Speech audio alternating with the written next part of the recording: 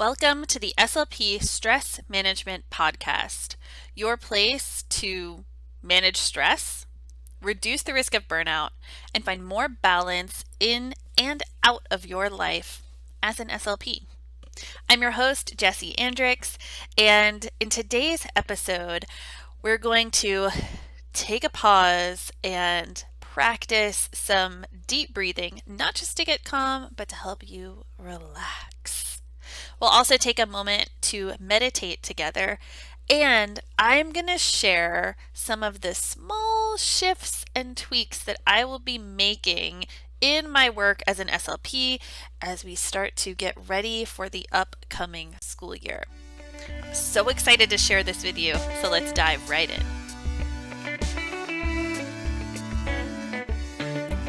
Welcome to your wellness tip for this week. So you may have heard, maybe from me, maybe just from somewhere else, like a really cool app, or just you are lucky enough to have learned this strategy, but breathing deeply and taking like deep, even steady breaths can be really calming and help you to work through and let go of some stress. Because what it does is it mimics the type of breath that you would be having if you weren't stressed. So when you are not stressed, your breath is steady, it's full, and it's pretty even. So you can take a breath like that, find a little bit of calm by sending the signal instead from the body to the brain, from the brain to the body, from your body back up to the brain, that like, hey, look at how I'm breathing. I am calm. And it helps to turn down the stress response. But what if you want to not just feel calm, but feel relaxed? Like really release tension, release some stress, and relax. Well, you can use the breath to do this too. Instead of just finding an even breath, you extend your exhale a little bit longer than the inhale. So yes, breathing for like 4 counts on your inhale, 4 counts on your exhale, having those balanced can help you feel more calm. But the inhale is the more like excitable part of your breath, which is why when you are feeling stressed or panicked, you're breathing, you're hyperventilating, you're breathing in a lot and not breathing out as much. So when you are calm, we balance those out. But the exhale is the extra calming part of the breath. So if you can extend and be in the exhale a little longer, you can not only find calm and de-stress, you can relax and release the stress, release tension. So let's try it. Take a deep breath in and maybe count to 4. And as you exhale, also count to 4. Get your breath steady. Take a deep breath in through your nose, maybe count to 4. As you exhale this time, count to 5 or even 6 if you can. Breathe in for 4. Breathe out for 5 or 6.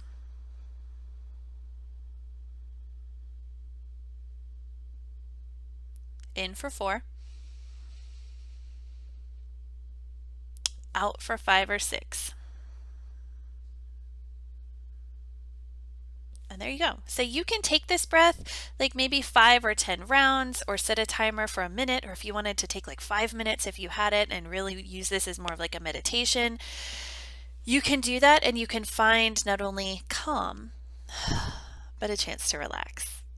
Give it a try and let me know how it goes. Head over to Instagram and you can follow along with this over there at Jessie Andrix. And you can also leave a comment on the post that has this, or send me a DM and let me know how it goes.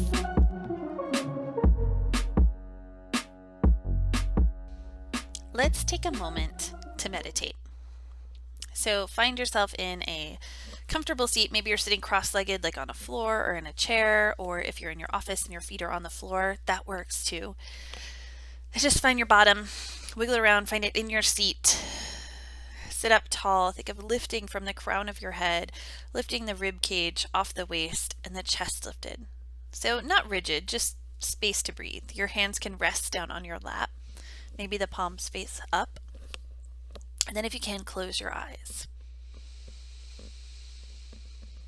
And start to bring your awareness to your breath.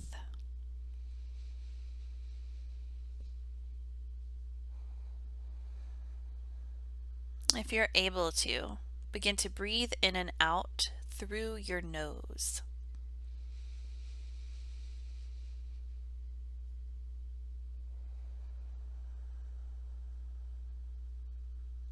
And so in today's meditation practice, our focus will be on that word practice. A lot of the time, when we begin to meditate or we think about getting into it, we try it and we tell ourselves, I'm not good at it. I don't know how to do this. It doesn't work for me. Because we expect that we'll clear our minds or we're not doing it correctly. And we also expect that we will be able to keep our focus on one thing or we are not doing it correctly. But it is not a meditation perfection. It is a practice. And the practice is that when your mind wanders, you bring it back to a focal point, whether it is something you're visualizing, or a mantra, or your breath, or anything. So today, we'll use the words inhale and exhale to bring you back to focus, bring you back to your meditation, to practice as we move through.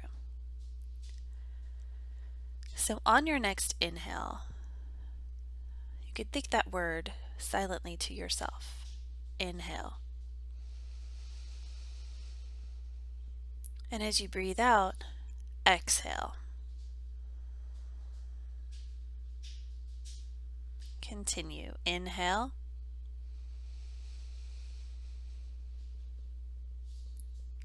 Exhale.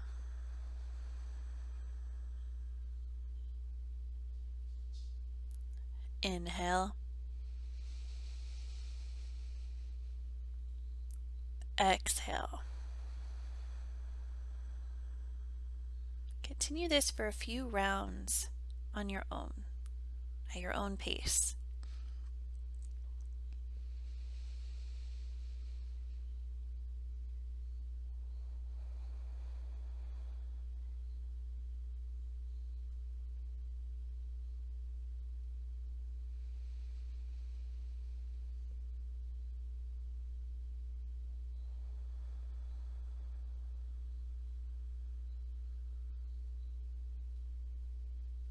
And if you notice that you're suddenly thinking of something else, your mind has wandered off,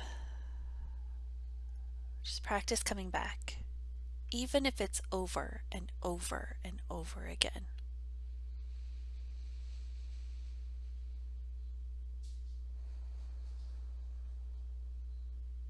Inhale and exhale.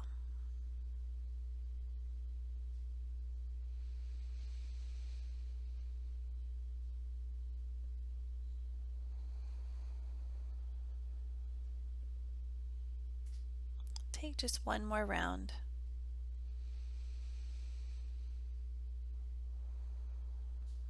When you're ready, you can slowly blink your eyes open. And you have completed your meditation practice for today.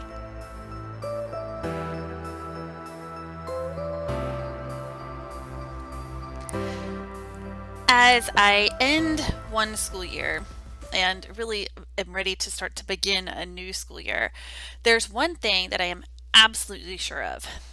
I do not want to be under a pile of paperwork again at the end. This was completely expected, but also a lot. So while I know it's not like absolutely realistic, there are a few things that I plan on doing next time that I didn't do this year. They're not deal breakers or things that have to be done, maybe that would be better to get done, but that if I can, I will try to shift to more of this in the upcoming year. So I had some really good systems set up.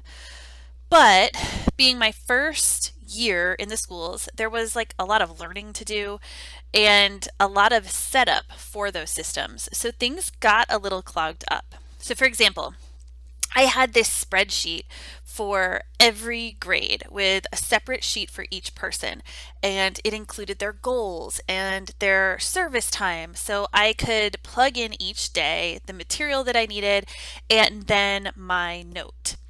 And this took forever to set up, but it was so worth it to have this and so essential.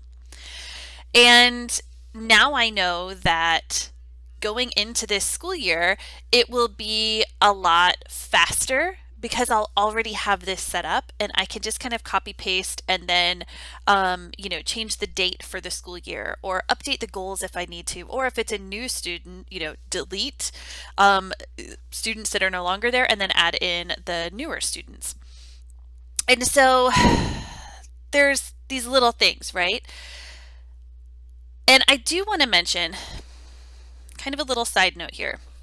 This is not about perfection or anything that I'm going to talk about. It's not to make you feel like you have to go from type B to type A by using these simple steps, or that you have to even do any of this, or that you're not good enough already. It is so not that way. These are just some strategies that I'm going to try, and I thought I would share in case you're also looking for a few ways, or if you have one that really worked for you and you want to share it. Okay, so one of the shifts that I'm going to work with and to work on, making these little changes. One of them is with consults. Consults are those students, right, who are on caseload but not direct therapy. And you may call them something different where you work. I know they have been called a different thing every place that I've been, and throughout the years the name has switched. But those students that you check in on, or you collaborate with the teacher on some things, you see if they need anything, and maybe they just didn't need direct services but they did need a few things, or you wanted to take a step towards dismissing them from speech. So these are the students that sometimes it's really easy to not have them in the front of your mind because they're not on your schedule every week for you, to be this is the group that I see for this therapy. I see them at this time. So I for sure need a more solid plan for checking in, keeping track, and getting these efficiently done and entered. I had a few spreadsheets and plans to enter notes and ways to check in, but I also had a few ideas that I never developed. I wanted to have these on a separate spreadsheet, rather than their grade level ones. And I also wanted to have set check-in times throughout the year with reminders in my calendar or spreadsheet if needed, which sounds like a very simple and very solid plan, right? But I never got around to it. There was so much that I had to do just because I was learning, as I went and getting all of these other things set up. And so I never got around to this, and I found that this was the place where I had to scramble a little bit more. Got it done, but definitely had to scramble. So I know that I can easily plan for this in the upcoming year. So for this one, it's not an overhaul or a big change, just kind of refining or taking the plans and putting them into action. So another place that I'd like to create a little shift is with my notes. And I think that that's we all say those kind of things, right? Of course, notes. That's one of the biggest things that we do, and one of the biggest time sucks. So this year, the way that I did my notes was that I entered them into a spreadsheet from a bunch of sticky notes. Not exactly right away. Ideally, I would use the sticky notes, or sometimes I would use like a portable dry erase board, like one on wheels, and I would keep all my tallies and things on there. And then, ideally right away, I would transfer them into the spreadsheet, and then from the spreadsheet, transfer them into like the official school system. Um, so, what really happened was that I would do this way, way, way, way, way, way later than was needed. I kept thinking, like, I'll do it when. But then when would show up, sometimes it would just pass by. And another thing would pop up. There'd be an eval or a screen or a sickness that maybe, I wasn't there or my children were sick. And so I couldn't get this done. I ended up being way more behind than ever. And it took a really long time to catch up. So it was not super awesome. It wasn't the worst, but not how I want to do it again. So my new plan is to enter it in at the end of the week. I think before I was trying to get everything in every day. And then when it wouldn't get in, I'd say, okay, I'll do it tomorrow. And then I would take everything, be like, I'll do it tomorrow. And then it would be like, after a week, or it would be this like pile of notes that I'd have. And then I'd put them in my spreadsheet, and then I'd wait a really long time, like until progress report time, to put them into the system, or sometimes honestly longer. And that did not work. So like daily would be ideal, right? But I don't see it as absolutely possible. I think having a solid time set aside to get these notes in is my plan. And for me, that will be more like weekly, because I know that sometimes things will pop up. And if I have like this spot that's nearly non-negotiable, like a time that is like in my schedule, then I know notes at this time, the other things happen at another time. And for me, just so you can see, like, I know it's not always possible. If my schedule, I don't know what it'll be like, right? But if I'm at the same school, if I'm in the same place, working with the same grade levels, and if their schedule is similar to what it was last year, I end up having a big chunk of time where I can't see anyone because they are at specials and recess and lunch, and like all of the grades that I see have a spot that's, it's just open in my schedule. And so that's when I could do my notes, or maybe they are there, but it's not a time that I can necessarily pull for therapy consistently, but I could see, like, I could screen a student or do an eval. And so taking a chunk of that time and saying, this is non-negotiable, this is when I will do my notes, and have that blocked off in my schedule for every week. This is when you catch up on notes. Or if it's like a day that I can do admin at home, having that, like, and me actually remembering, yes, you are at home, but you have something to do at this time that you cannot say, well, I could just do it later. So realistically, this will not always happen, and things will come up. But most of the time, going into this year, I'm aiming for doing notes weekly. So ask me mid-September how this is going, right? Another place that I realize I would really like to make a shift is with progress reports, because here's how I did them this year. I got them done by urgently waiting until the last minute or the last few days. I think part of this at first was that I had to learn how to do them. And then the other part was, like, sometimes I would wait until the teacher started them, because I wasn't sure if it was okay for me to start before they were ready, which is just kind of silly now that I think about it. Because it's just a draft. Anyone can start it. So progress reports definitely got easier as the year went on. I remember the first batch took me days and like an entire weekend to get done. But later in the year, it just took a few parts, like large parts, but just parts of my day to get them done. I have no real change or efficient way that I plan on doing this, besides one, just knowing that I already know the process of it, and also starting them earlier, knowing that it's okay to start earlier than I think. Like, my plan was progress reports are due on Friday, I'll start them on Monday, but really I could start them a week or two ahead. And those, if there is just some incredible growth with a certain student in that 1 week or two, like, I can go back and update that students if I need to. So that's all. Not a huge like overhaul or like a new system for doing them. Um, just like start a few weeks earlier if possible instead of the week of. So it might work, it might not, but that's where I'm going to go, and that's my slight shift with this one. So another big thing that definitely got me behind that I want to try and shift is evals. So evaluations started to just come in and like didn't stop. And so I'm not sure that it will be the same this year simply because I think a lot of you can relate to this that worked in the schools. Like this year seemed like a catch up year from COVID, from the pandemic, from, being virtual for a while, from some students like doing different type of school and then coming back in. The school that I was at, we had a lot of people moving into this area too. And so we had just a lot of things that were like, hey, and I saw mostly older students. But it was like, hey, I think this is something that needs to be checked out. And so we had a lot of evaluations. And so my current way of doing them was to not schedule them.